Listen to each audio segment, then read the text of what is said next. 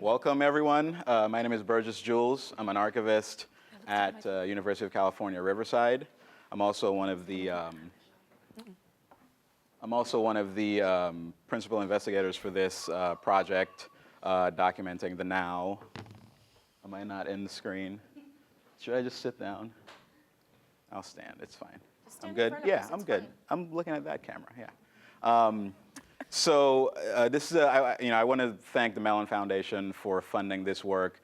I think in the short time that we've been doing the project, we've done a lot to really diversify the conversation. We've brought in a lot more people into the conversation around social media archiving, web archiving.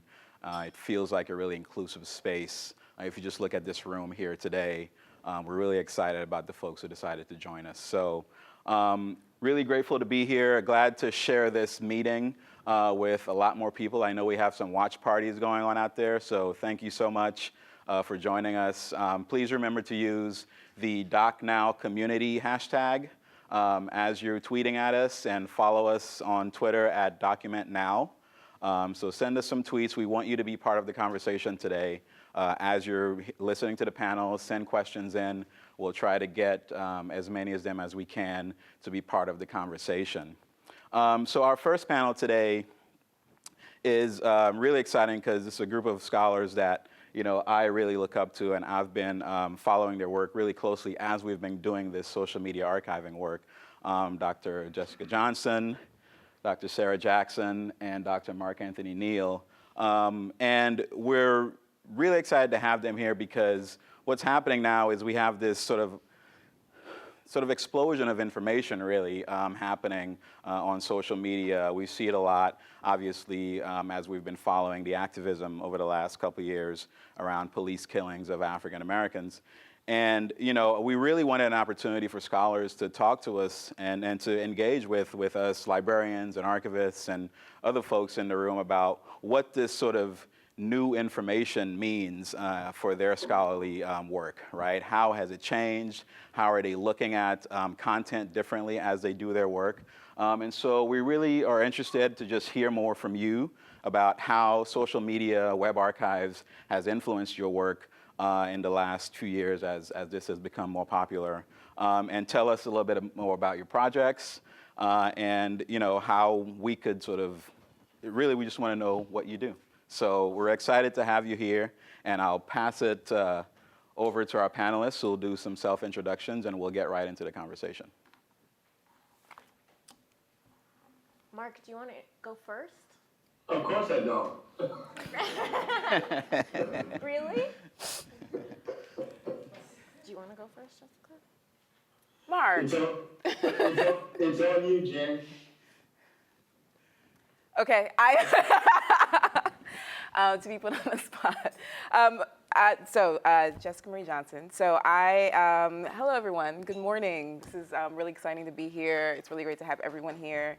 It was an honor to be asked to speak about anything because this is a fantastic project and a really important project. So to have any kind of role and participation in this meeting is just really, really, really wonderful. I am currently assistant professor of history and Africana studies at Johns Hopkins University. And the work I do is very directly related to what I research. So I'm very interested and invested in histories of slavery and histories of diaspora. I'm interested in the ways that enslaved women in particular are navigating systems of bondage and navigating systems of manumission and freedom.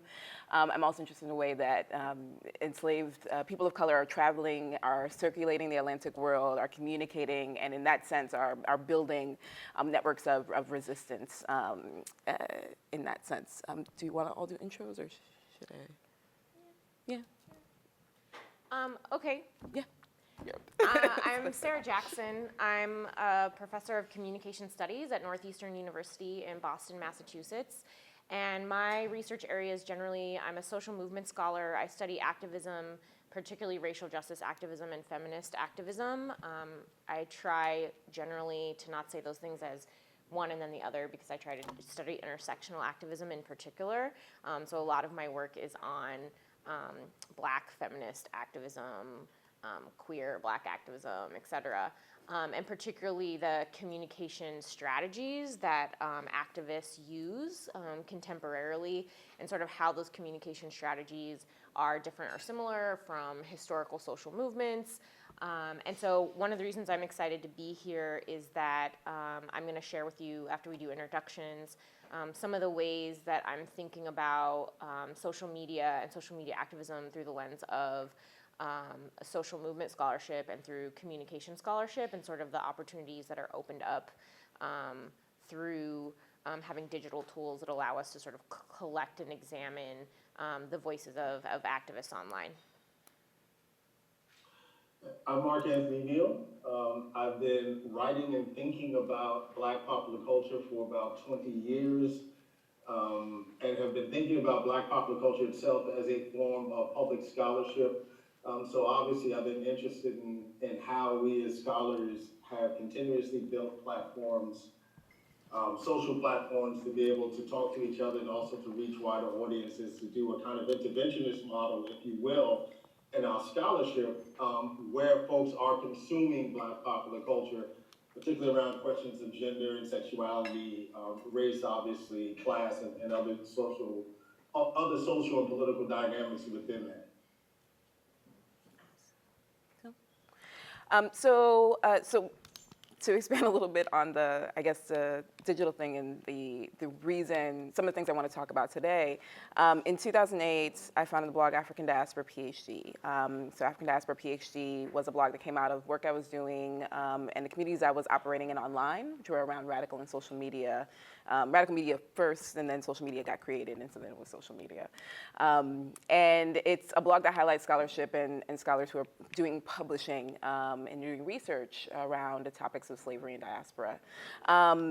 And so one of the things that was interesting in sort of creating that were the ways that it opened up space for new kinds of information to get created and to be disseminated. So it was, and it seems so, so out of date in some ways now, where so much information is public.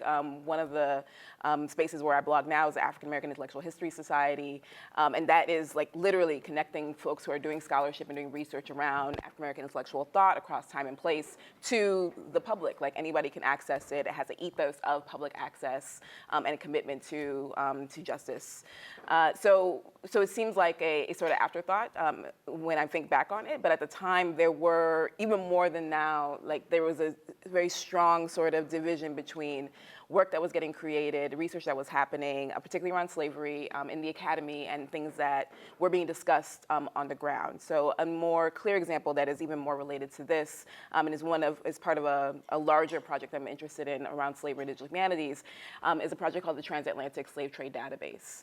And that project is based right now, if I'm not mistaken, at Emory, but it had its first sort of grand opening out of the W.E.B. Du Bois Center at Harvard. And when it opened, it had been the project of research done by scholars, mainly in the U.S., a few scholars in Brazil, scholars who were in the academy who were working, and it wasn't a surprise when it opened.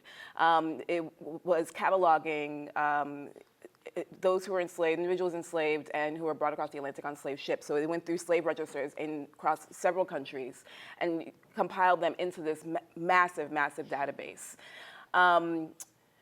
It's huge, it's quantified. You can search by ship, you can search by location. It's slavewages.org if anybody wants to look it up and play with it now.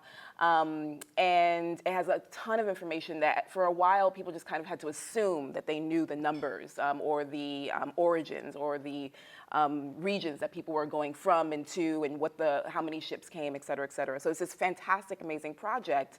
When it opened, when it has its debut, if I'm not mistaken, at William and Mary, 95, 98, what scholars came to come and hear about the numbers and the data and what are the new patterns and the trends and the percentages and everything. But what also happened was that you had churches who brought people, their parishioners. You had local groups. You had local historians. You had community groups. Most of these were African American or people of African descent, and most of those were people who claimed some descent, some slave-holding descent here in the United States.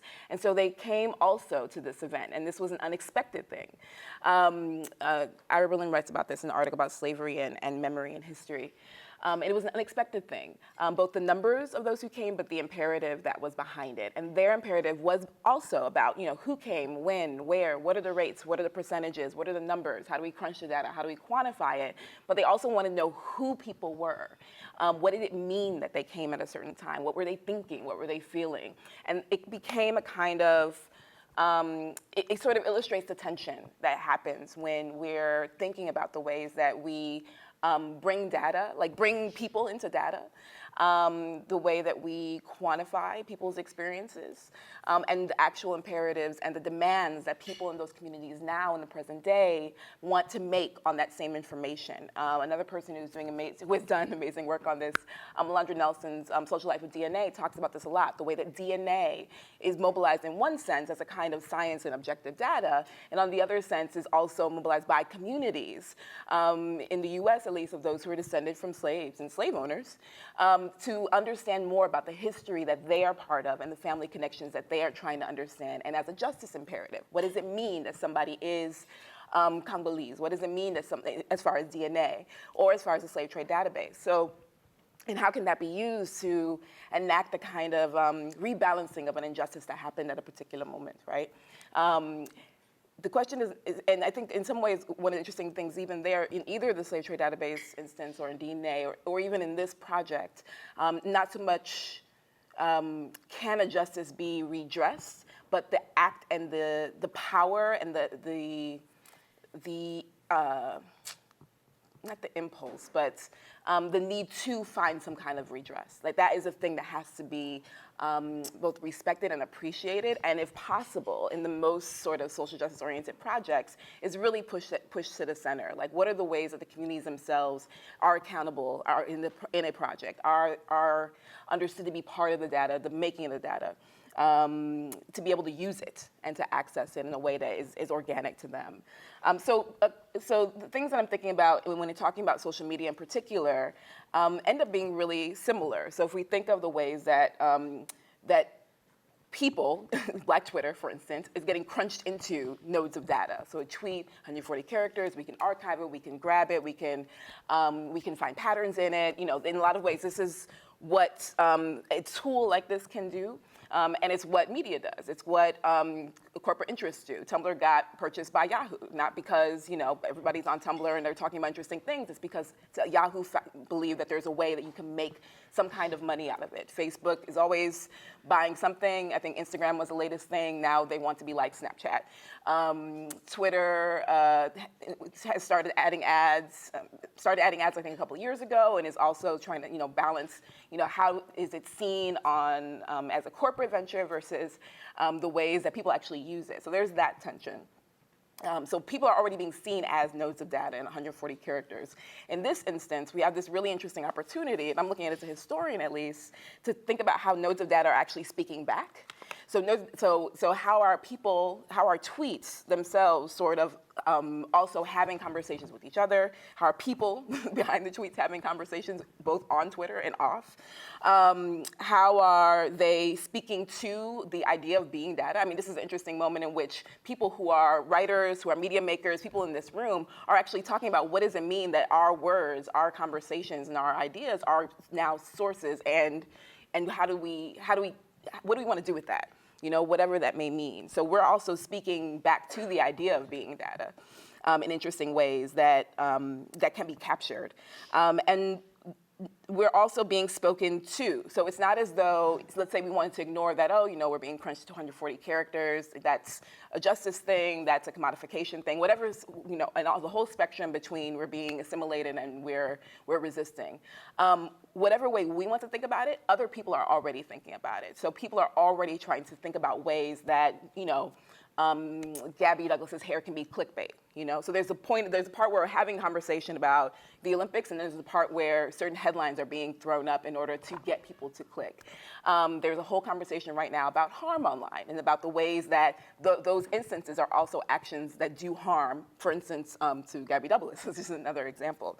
So this is also just a moment where whether or not we want to have a conversation about the kind of justice or imperative behind thinking about of ourselves and this work as data, other people are. And so it's really important, in my opinion, and we can talk about this, that we get ahead of this or get into the kind of battle that's already happening and really start to mix it up and try and do what we can, particularly in this, again, this project is such a great example, to recenter the debate, think about redress, think about justice and balance, and add some of the humanity back into the digital part of what it is that we're doing. So.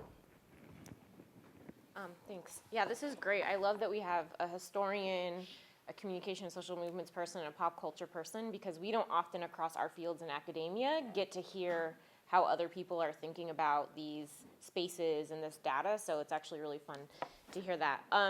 So I'm just gonna sort of start off and then backtrack here. I'm in the midst of writing a book with two of my awesome colleagues, Moya Bailey and Brooke Foucault-Wells, who is here, about hashtag activism. And the story of how I got to the point of writing a book about hashtag activism, I think speaks a lot to some of the questions that we're gonna be here talking about today. I was originally trained as a journalist, thought I was gonna go into journalism, and then realized that journalism does a really bad job covering the political issues that I cared about, particularly activism, particularly social movements, particularly things having to do with racial justice, particularly things having to do with gender and sex justice. And so I decided to become an academic, which, you know, that's like what you do when you have a problem with something, then you just study it and write about how it's a problem for the rest of your life. And I ended up writing a dissertation about the Black press, and I specifically chose to study the Black press in graduate school because of this theory in my field in communication studies called counter-public sphere theory. And so that's kind of heady, but the idea of counter-publics is that, you know, there's sort of this big idea in politics and political communication that we all exist in a public sphere. And sort of Habermas is the famous scholar who coined the idea of the public sphere. And the idealized idea of the public sphere is that people come together in a democracy and they debate and think and talk about the things that matter to the citizens in the democracy. And that at some point, even if there's disagreement, people come to, you know, some kind of agreements, compromises, and make the decisions that are best for democratic societies. And that's lovely and great, except that feminist scholars in particular, feminist scholars and Black scholars came along and said, hey, like, that idea of the public sphere is nice, and it's nice that Habermas is saying in our contemporary society that media play this role in helping to nourish the public sphere, except for the fact that, you know, there's been all these people that were never considered citizens, that were never included or part of the conversations, the democratic conversations that were happening in the public sphere. And so when we talk about some of the most sort of historically celebrated examples of the public sphere, whether we're talking about sort of like the Enlightenment era French salons, or we're talking about the Lincoln-Douglas debates, or we're talking about the Continental Congress, who are the people who are actually having those democratic debates and making the decisions for the society? Well, they're an extremely tiny, tiny group of, you know, able-bodied, cisgendered, heterosexual, white, property-owning, wealthy men with titles, basically, right? That's a really small proportion of the population who actually have been making up the public sphere for the majority of history, right? And so counter-public sphere theorists came along and said, hey, let's acknowledge the fact that there have been these exclusions from the public sphere when we're talking about how democracy is formed, but let's also acknowledge that despite these exclusions, all these excluded groups have had a very lively set of democratic debates on their own, right? And so what counterpublics do is, and anyone who's familiar with the Black press is an example that's often used, but also feminist publications, also queer and LGBTQ publications, know that counterpublics not only have their own debates, right? Their own debates about what democracy should look like, who should be included, what types of social change need to happen or not happen, but they also very actively try to intervene in that mainstream public sphere and have their voices heard.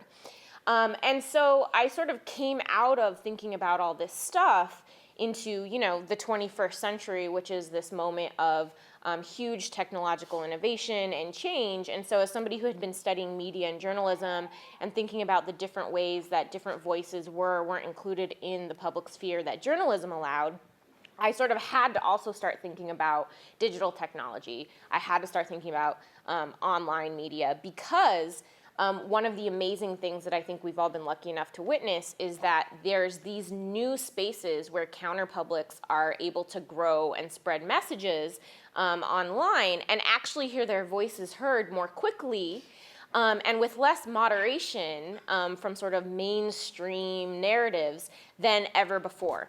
And so that's how I got to this place where I started studying hashtag activism. And it's interesting because it was actually prior to Ferguson, my colleague Brooke and I witnessed, I don't know if you all remember, it was early 2014, the New York City Police Department attempted this PR campaign. They said, hey, tweet us with photos of you and the New York City Police with hashtag MyNYPD, and if you're lucky enough, we'll feature you on our Facebook page, right?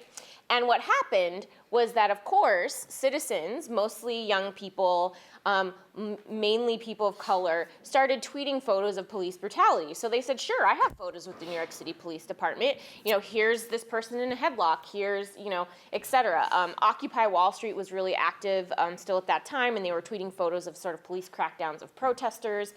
And then people started tweeting about historical cases. So they started tweeting pictures of Amadou Diallo. They started tweeting pictures of sort of other sort of famous cases in which the NYPD had abused citizens. And essentially what happened on Twitter was completely out of the control of the mainstream. And so this was a moment where I went, aha. So what we see is that the mainstream public sphere, the elites, the people who have always had power to write the narrative, right, tried to use this new technology to continue their narrative. And regular people, right, some people were activists, some people were members of activist organizations, but a lot of the people that we found in our study were just everyday regular people. You wouldn't know them from Adam. They only had, a couple dozen followers on Twitter, started tweeting these images, right? And they blew up, right? It went viral. And soon enough, the story in the news media even became, people hijacked the hashtag MyNYPD on Twitter. Now, of course, you can't control what the news media says. So the news media covered it as a, PR campaign fail. They said, everyone has been trolled on Twitter. This happens to everyone. And we all went, no, this doesn't happen to everyone. It happens to the NYPD when they try to get you to post warm and fuzzy photos. But so that's how this all started, right? And then, within 4 or 5 months, boom, right? We have this moment here where people on the ground in Michael Brown's community start tweeting about witnessing something that by all, for all intents and purposes has become was the spark for a new civil rights movement, right? We had Trayvon before that, right? We had Oscar Grant before that. But this moment of particularly the images of Michael Brown laying on the ground for 4.5 hours that his neighbors took photos of and tweeted, although they were asked later to take those photos down by his family and did so, really caused this spark. And so we studied that. And what we found was that in the first days, within 20 minutes of Michael Brown being shot, the first people who were tweeting about what was happening in Ferguson, they weren't elites, they weren't activists, they weren't celebrities, they weren't journalists, they were members of Michael Brown's community, right? And one of the most influential tweets we found was just from a woman who was a neighbor of Michael Brown, and her narrative about what happened that day. She said 17-year-old kid was walking home from the store, and it really became a frame that shaped the rest of the narrative and how we told the story of what happened to Michael Brown. And this was really powerful when we found this, because what we found was that the more elite folks, the folks with more activist training, or the folks who were local journalists, when they came to the story later, they started in many ways repeating the initial narrative that these sort of everyday members of the communities told, right? And of course, that wasn't always the case. Some news outlets didn't do that. But one of the things that the counterpublic did in this case was very actively interrogate the mainstream narrative about what was happening. So the St. Louis Post-Dispatch would post a tweet that says, rioting in Ferguson after da-da-da, right? And a member of the community would modify the tweet and say, you know, why is angry people wanting answers for a boy being killed rioting, right? And then that would be the tweet that went viral, not the original St. Louis Post-Dispatch tweet. So all that to say, I think there's a lot of really awesome opportunities here, and now that we're sort of in the dregs and when we're really studying a lot of different hashtag activism here, we're looking at the activism that comes out of trans communities online. We're looking at activism that comes out of Black feminist communities online. And we're seeing over and over again these really amazing opportunities where these conversations that used to be invisible, conversations about the type of street harassment that particularly young girls of color experience, right? The type of violence that particularly trans women of color experience. These used to be conversations that just weren't accessible in the mainstream public sphere that in many ways have become accessible if you know where to look, if you know what hashtags to follow, and in some ways have really shifted our national conversations about these topics. So that's kind of why I'm here and what I'm interested in thinking more about, and I think I talked too long, so I'm going to turn it over to Mark. Thanks. So Black Studies is at a moment now where it might be more visible, and I'm getting crazy feedback. So I'm hearing my voice, if someone can help me with that. Okay. So Black Studies is at a moment where it's incredibly visible at this point in time. In some ways, I think it's unprecedented, right? But Black Studies has always been committed to public scholarship. It's always helpful to remember that, Du Bois' Souls of Black Folks was serialized in the Atlantic Monthly, in the late 1890s. So Black scholars have always had a kind of commitment to that. I came into the academy just at the time when folks like Margaret Dyson, Cornel West, Bell Hooks, Patricia Williams, all these folks were becoming really famous. And so we all, at least in my cohort of graduate students, all came into the academy thinking that we were going to be like television stars, that we were going to be on Charlie Rose and all, we're going to be on NPR all the time and what have you. The person that's significant to me from that particular moment is someone like Manning Marable, because Manning Marable clearly saw himself as a public scholar as he's doing this very traditional stuff, but his model was very different. His model was to write a 500, 600 word column on a weekly basis that he offered up for free to the Black press. And I think that was important because he wasn't trying to be famous in the way, and not to say that Dyson and West and all these folks were just simply trying to be famous, but he was also trying to speak it and make it plain to everyday folks. And he knew he had to do that in places like the City Sun and the Amsterdam News, the Chicago Defender. And again, he offered up his writing for free to these spaces so that he could better connect with folks. We're at the moment memorializing a figure like George Curry, who passed away yesterday, legendary Black journalist, but of course one of his biggest marks was this magazine called Emerge Magazine, which was initially founded in 1988, ran until 2000. Curry himself ran it from 1992 to 2000, and it still remains one of the most unique spaces in which you had Black scholars and journalists, policymakers making it plain and writing to a very specific Black general audience.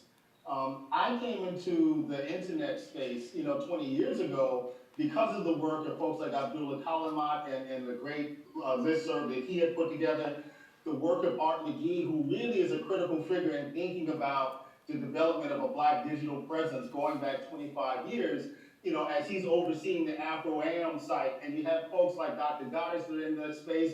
And of course, all of this is occurring at the same time that you have scholars like Manning Marable and Barbara Ransby coming together around the Black Radical Congress, right? And the Black Radical Congress saw itself as something that would be embedded in this new digital moment, even as they didn't quite know what exactly this digital moment was. You go forward to 20 years to where we are now, and what we're seeing now is not just the visible presence of Black studies, but what I like to describe as the aggregation of Black studies. So it's not just that we're all writing work and trying to make it available and accessible in these spaces, but there's also a commitment to what someone like Henry Jenkins would call spreadability, right? And Jenkins is always clear about the distinction between sharing stuff and spreadable, right? When he talks about that, when you talk about sharing, you think about viruses, right? But when you think about spreadability, think about it in the context of peanut butter, right? Something that's solid and stable and it has some sort of substance to it. But you think about the folks who are committed to aggregating Black studies in this moment. So it's not just about what we're writing, but an active engagement of what's also being produced elsewhere and making sure that folks have access to that kind of visibility. So in the context of my own work, I started New Black Man, which is now New Black Men in Exile, now 11 years ago. And the whole purpose of it, obviously, was to promote my book, New Black Man, when it came out in 2005. What it has become now is, besides being my digital home, it is a resource for folks who have interest, obviously in Black studies, but, whatever is in my own intellectual purview. 90% of the content on New Black Man is not my original content. It's either a way for younger junior scholars to be able to do an interventionist model of scholarship immediately, in the context of whether or not it's book reviews and movie reviews and what have you. It's also a space where we're able to embed critical information coming from other sources and other sources of content. And again, this is important because someone has to do the work of knowing where the good content is and creating a space and a hub for folks to be able to realize where that content is. When we think about the syllabus movement that has occurred over the last 2 or 3 years, whether we're talking about the Ferguson syllabus or the Charleston syllabus, the great work that the folks at AAIHS have been doing over the last 2 years to make sure that there is, again, this kind of model for the aggregation of Black studies. When you think back to the work for the last 5 or 6 years that the Crumb Feminist Collective has done in terms of, again, doing that kind of work of aggregating Black studies, in this case around ideas of a radical Black feminism. If we think about the work that the Feminist Wire has been doing, again, along the same 3 or 4 years to do that kind of work, this has been important. Again, for my own work, part of that has been something like Left to Black, which we founded with the John Hope Franklin Center at Duke back in 2010. And, I grew up at a time where, for me, in terms of media presence, there was no one more significant, at least for my young self, than someone like Gil Noble. Gil Noble hosted a television show in New York City, for about 30 years called Like It Is. The first video that I ever saw of Malcolm X was on Like It Is. The first time I saw folks like Manning Marable on television, it was Like It Is. This was the great work that Gil Noble was doing. It was a public affairs program that attempted to have serious Black discussions and, again, make it available to everyday Black folks, like my parents, for instance. And we wanted to do that with Left to Black, knowing that, while some of our folks will end up on NPR and some of our folks will end up on PBS, the majority of the great work that's being produced in our field, first of all, these outlets not only don't have an interest in it, but if they do have an interest with it, they don't treat it with the kind of care and sensitivity and love, that deserves to be cared for. And so we have produced now over 200 episodes of Left to Black, mainly of scholars and activists writing about work that's important to us and making sure, we've gone from it being something that was an hour long, that was perhaps too long, to thinking about something that's more 12 or 15 minutes so that we can keep people's attention spans. And that work has been critically important to thinking about how we take the work of Black studies and making it much more available. I'll end with this by telling this, this very quick story because, we often wonder beyond the clicks what the impact of a show like Left to Black has been over the last 6 years. And, I always tell the story of going to KFC one day, and let me just be honest, I don't fuck with KFC too much anymore. But going to KFC one day, I'm online, and dude is looking at me, and he's like, I've seen you before. And then he goes on to talk about how he watched the video that I did with Cornel West at some church in Raleigh, a year and a half earlier. The fact that I was reaching this cat in KFC was critically important to me because that means that we're actually reaching the kind of audience that we're looking to reach. And so I think it's a critical moment now for us to really do the work of not only producing great scholarship, but someone has to do the work of making sure that all of this work reaches the widest audience possible. And we also need to talk about that in and of itself being a part of the labor of being a Black scholar at this moment in the 21st century. So, is this good? Yeah. Of So course, now I can't hear anything. We're here. all right, great. So now we have about 20 minutes for questions, discussion, comments.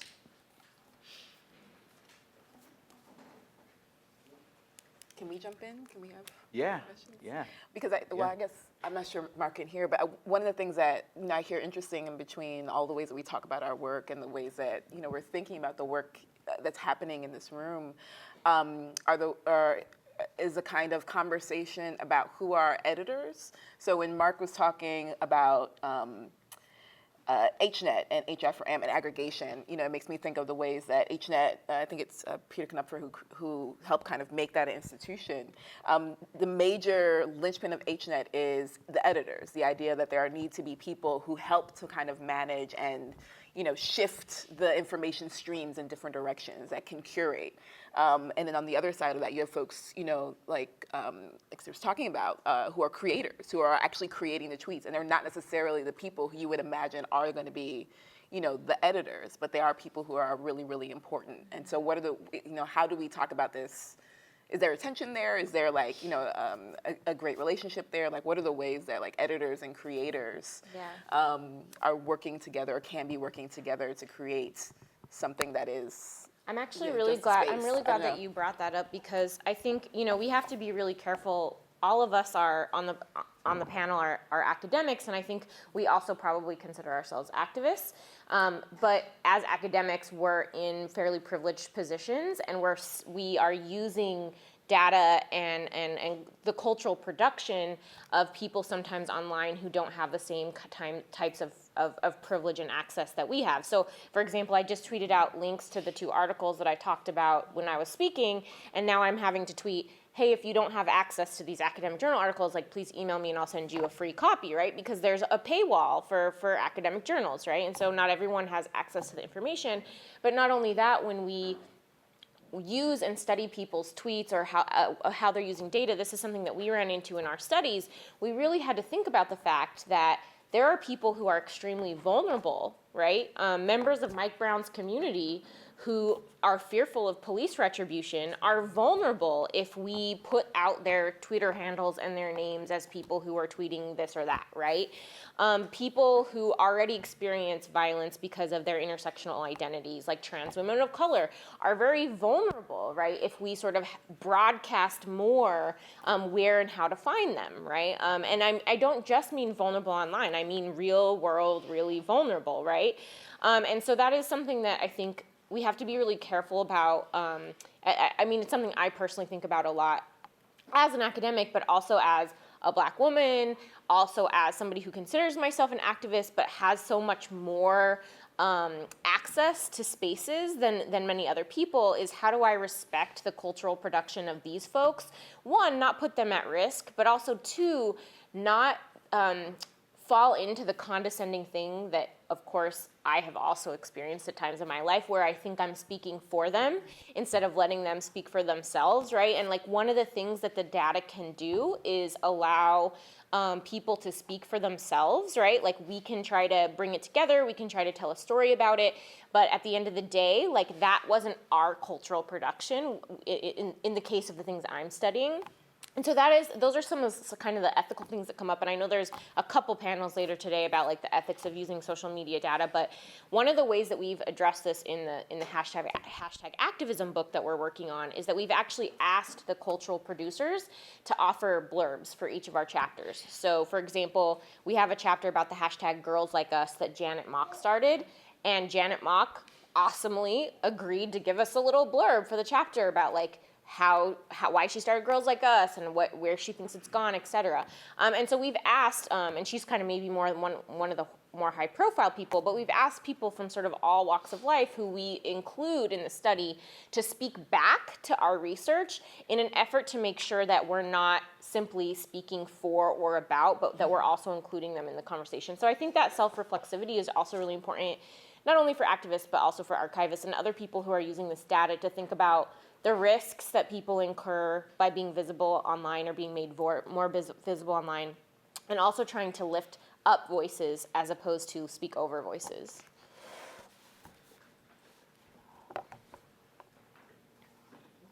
Question. This is in response to something, Sarah, that you mentioned, but it's really for all of the panelists. The takedown request or request to remove images of Michael Brown laying in the street. I understand the sensitivity of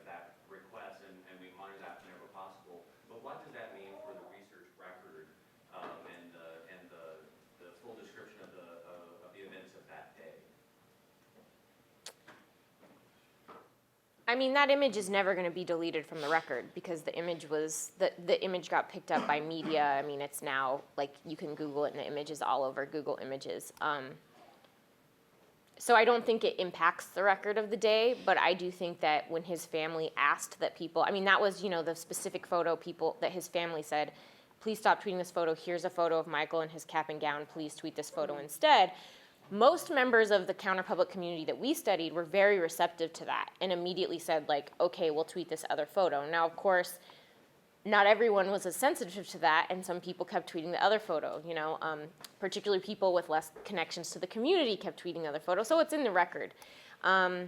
We did have a couple people in our study who deleted their tweets, so the way that we collect data, we still had a record of their tweets, but when we went back to look at the tweets, they had deleted the tweets, and we did make the decision not to include those tweets, because we made the decision that if somebody felt that they had to delete a tweet, or there was a case where an account was public then but had since been put on private, and so we didn't want, what we see as a sign from that person that they don't want the attention. There's some reason that they don't want to be pulled in, or that they feel like something they put out was risky. Like, I think it's our job to try to respect that.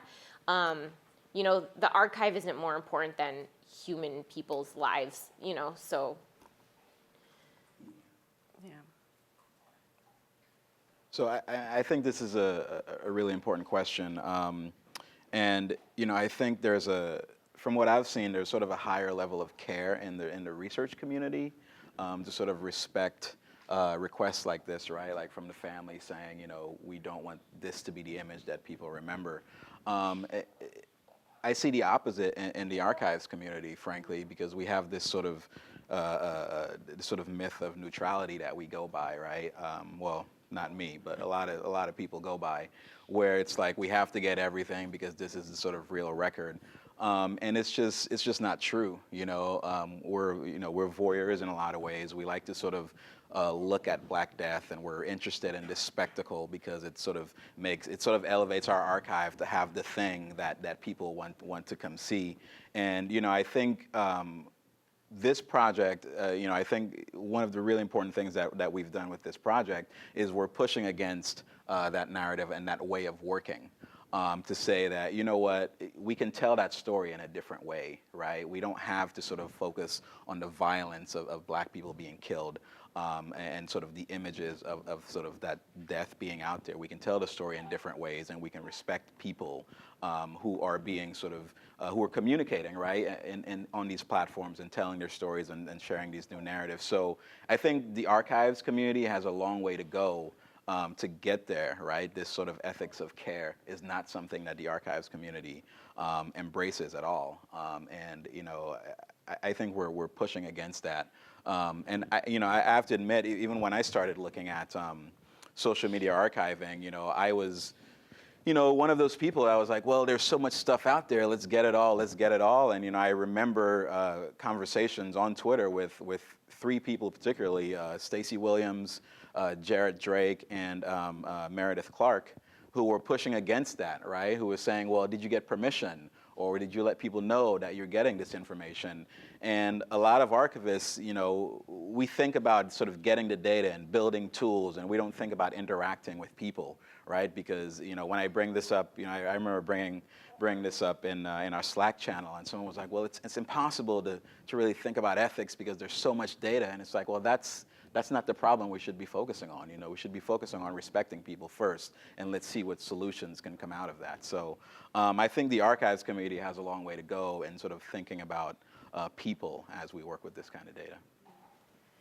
I mean, there's something interesting to me in thinking about this as somebody who does slavery, who's thinking about slavery all the time. I'm reading a wonderful book, devastating and wonderful in its impact and what it does for thinking about history by Marisa Fuentes, called Dispossessed Bodies, and I can tweet it out. And one of the things that she's theorizing for us is are the ways that enslaved women and freed women of African descent appear in the archive, appear to us in our historical renderings with the the phrase is mutilated historicity. So the ways that there is no way to actually remove the violence that they were subject to from how they appear to us later on. And that violence gets retransmitted in the kind of narratives that we create. And this is going to also be familiar from Saidiya Hartman and Scenes of Subjection, folks who are talking about anti-Blackness. And I think that there are ways that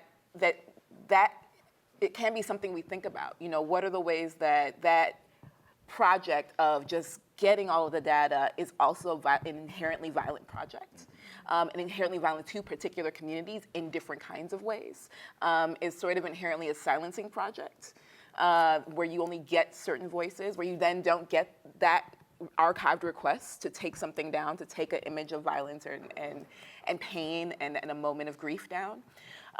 You know, how do we have that as part of this conversation? Because there may not be a way to take that mutilated historicity out of just a project of Blackness or archiving Blackness, but there may be, is there a way to kind of, again, the word redress keeps coming back to me, to rebalance that and to make that part of how we have a conversation? And I don't know, you know, like I think that, but I do think that there's something to, you know, we have the archive that gets created when we don't take these requests or don't take these moments into account, and that is the archive of the slave trade, the slavery and the slave trade. And it is a violent and it's a devastating archive. And I don't think that's something we want to recreate. It's not something we can also avoid though. So, you know, like finding ways to kind of navigate ourselves through that and create something that is in engagement with that reality, but also, you know, contests it. You know, is a counter to it. Can there be a counter to that violence? I think a lot of archives are kind of thinking of it in a naive way, where they're like, well, Twitter is a democratized place where everyone can have an account and edit. The fact that we're grabbing it all means that we're getting all of the voices, and not understanding that there's still no like participatory narrative building when you do that. So they think it's better than what they've done before, only getting the papers of white men, but they're still kind of missing the And you know, so one question I have is, so you know, we're in the archives, library world, so I mean, we deal every day in sort of, you know, building collections that we hope folks like you will use, right, in doing your research. But we're here talking about social media archives, web archives, and this is the most diverse, you know, room I've been in talking about these things, right? You know, I challenge anyone here to, you know, who's to say that they've been in a more diverse room talking about these subjects. You know, the reality is the social media web archiving space is really white, right? And so, you know, I wonder what that means for, you know, as far as content for you to do your work. You know, what does that mean, right? Are the people sort of building these collections thinking about these issues that you're talking about, and what does that mean for, you know, these social media archives, these web archives that you're going to dig into over the next 10, 20 years to do your work? What will be missing there, and how can scholars like yourselves come into that community, right, with other projects like Doc Now and other projects to sort of give your voice and to help us think about a more full record? I mean, I think that one thing is that I hate the word diversity because it's come to like mean nothing, like you know. But for lack of a better word, I think it speaks a lot to why diversity is needed, not only at the archivist level, at the research level, at the activist level.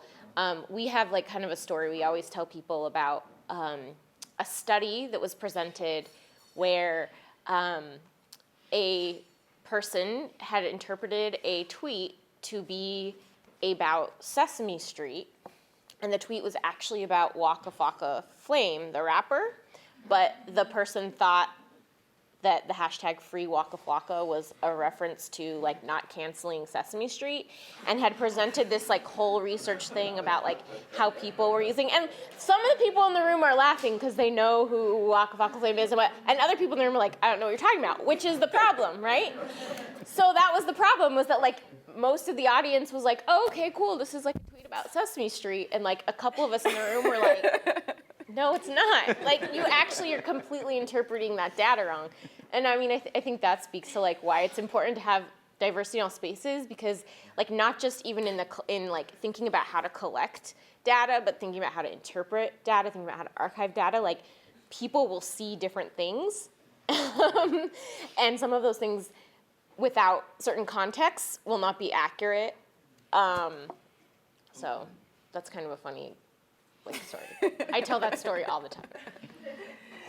It's also, I'm thinking of that story, and it's also, I don't know, like in your question in the story, there's also play here for, the important role that, Black studies plays, that ethnic studies plays, that women and gender sexualities play in, working with the data, the people in the data, the communities, the cultural context that this work is getting created. Because it is this intellectual work. Like, if you've ever tried to, and my NYPD is a good example, if you ever try to create a good hashtag, it's actually not that easy to find something that's nice, truncated, that gets at the idea, all of that. So, so in thinking about the intellectual production that's happening, how to be engaged with it is an ethical project that Black Studies has been and should be, and actually should probably be more invested in, and needs to be, is a space. There are practitioners who can use this work and translate it. I think there's also something in your question that's about sort of the larger makeup of the academy and how that works in our classrooms, like K through 12 classrooms, also charter schools, public schools, private schools, all of those, and how people are using the goods, and I think that is a really important conversation that that probably needs more space than a short answer here. But I think that there's some subtext there in thinking about how do we push the work that we're doing broadly in education and in producing knowledge to be accountable to all kinds of cultural contexts, including the ones in which this work is being created. Mm-hmm. Mark, you want to jump in? Yeah, I'm thinking just generally that we're dealing with these issues of how Black studies in this particular instance holds everybody accountable, right? When we talk about the labor of Black studies, beyond our own, it's actually having to be up in these digital streets trying to make sure that folks get the stories right. I think about there was one of these online sites did a piece about the Dallas shooter and trying to connect him to the legacy of Marcus Garvey. As if somehow you could, first of all, do that in 750 words, and that the person who was actually writing it had any capability to understand any part of the legacy of Marcus Garvey, let alone connected it to the Dallas shooter. And we know that stuff happens all the time, right? It's almost to the point now that you almost want to tell every journalist, you can't write about Black stuff if you've never taken a Black studies class. And guess what? Very few of them have taken Black studies classes, right? So this becomes the work that we now do to order some sort of contextualization for what's being written about, whether it's in the archive or more generally in the public in a more traditional sense, and also having to hold people accountable within that context. Right? Again, to talk about the visibility of Black studies now, because of the exhaustive labor that it has to do to not only produce the work, but police the uses of the work in this context also.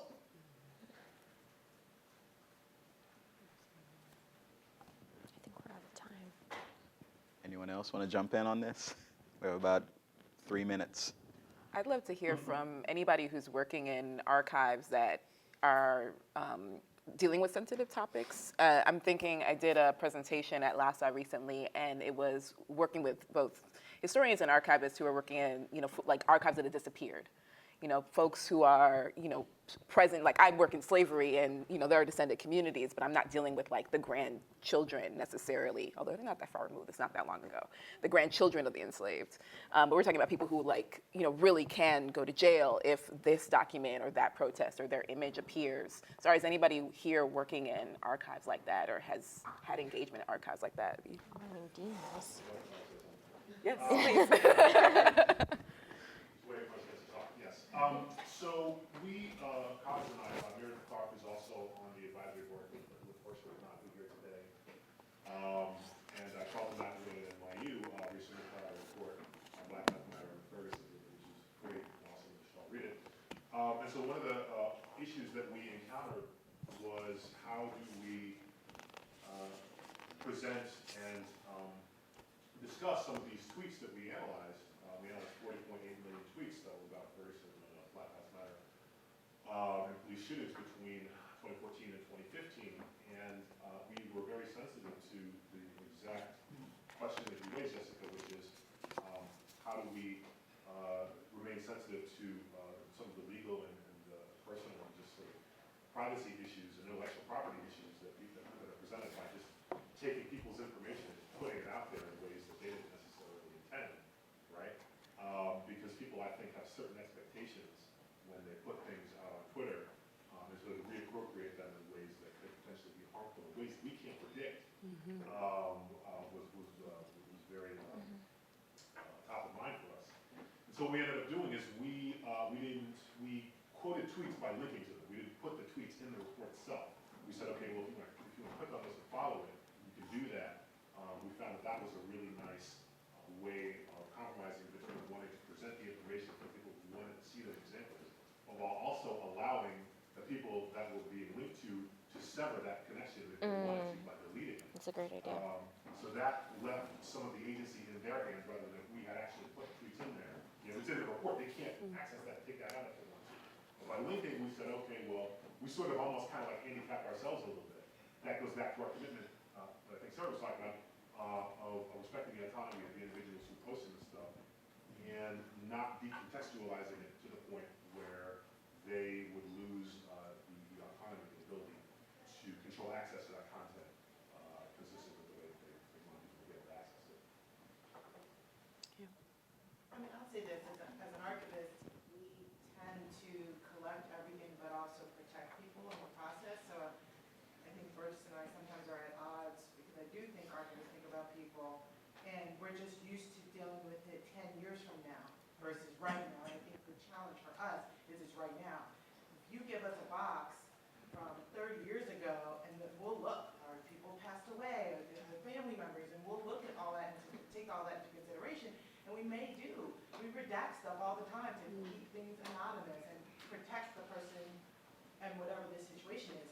In the now, we can't really do that. What we can do is collect everything and maybe redact the handle, the Twitter handle, but it's difficult. And so I don't think we're not thinking about people. I think we're struggling with how do we do it right now. And if we don't do it right now and you want this information 5 years from now, where is it? And as a person of color, we are left out of the narrative, right? And so if we don't get this stuff while it's happening, before somebody deletes it, it's like, then it won't happen, right? And then we'll have your book, but then is that enough to continue to tell the next generation how Ferguson really happened, or how, you know, the impact of Twitter on our community?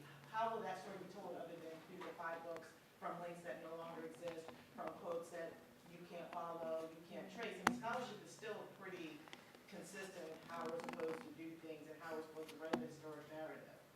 And if we're not, as archivists, collecting it, curating it now, whether we release it 10 years from now, 30 years from now, we haven't. Well, and I saw your question, you tweeted me while I was talking, your question about when I said we didn't include tweets that had been deleted even though we had them in our data, and you said why not include them anonymously? And the answer is because we had millions of tweets to choose from, so why choose the ones that had been deleted? The ones that were deleted weren't any qualitatively different than the ones that hadn't been deleted, so we could still include the ones that people had chosen to leave up, and it still tells the story, it still keeps the record, and it respects the fact that some people felt, right? It wasn't as if by not including those tweets we left out a part of the story. There's still millions and millions and millions of tweets that tell that story, and so I think that's like where you have to make those sort of crucial calls, is that, you know, yes, of course, it's important to tell the story of people who might otherwise be erased, but there's so much, that's the nice thing about this platform, is now there's so much data that you can respect the folks. Like, I know some Black women activists on Twitter who have specifically tweeted and said, scholars, do not cite me, do not quote me. I don't want my cultural labor being used to like help you get tenure or whatever, right? And I'm like, fine. Like, I mean, there's lots of other people tweeting similar things, so it's not as if by not including those folks who've requested to be left out that we're not telling like the story of 21st century Black feminist activism. You know what I mean? We're just respecting the fact that those particular people don't want their voices in the record, and that's, I mean, I think that's okay. You know? No, and I think that's okay, and I think that's what archivists, that's what we do. What we call that is appraisal in our field. And what I find exciting about the digital realm is that individuals now have to curate their own stuff, right? You have to let people know, don't cite me. You have to let people know how you want your information to be used, and that's an education to the public that's growing, particularly if it negatively affects you.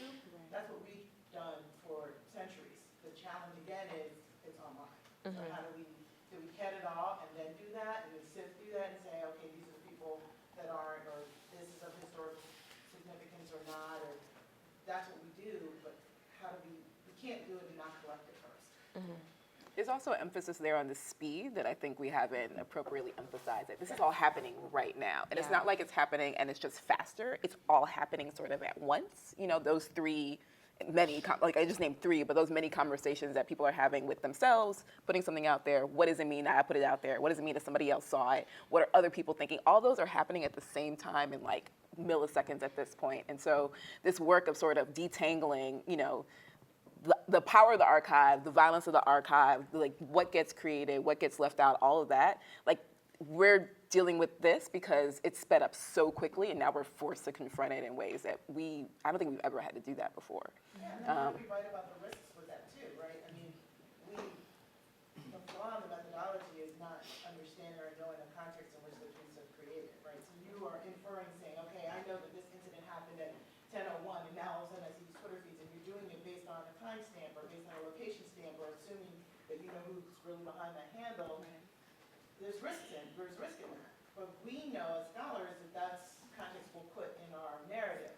A journalist or, you know, a high school student or an elementary school student or a layperson who now is at the barbershop saying, you know, look, everybody's gonna die tomorrow because this tweet was on there. There's, you know, how do we explain that to the masses so that everybody's starting to be more educated about the use of. I know Burgess is about to say we have to finish, but really quickly, I just want to shout out, my colleague Moya Bailey actually has a great, speaking to that, it's a guide for teaching social media, and it's like teaching the ethics of social media to students in the classroom. And I can I'll tweet a link to it, Yeah, to please share the link. to the community, because that's. Yeah, awesome.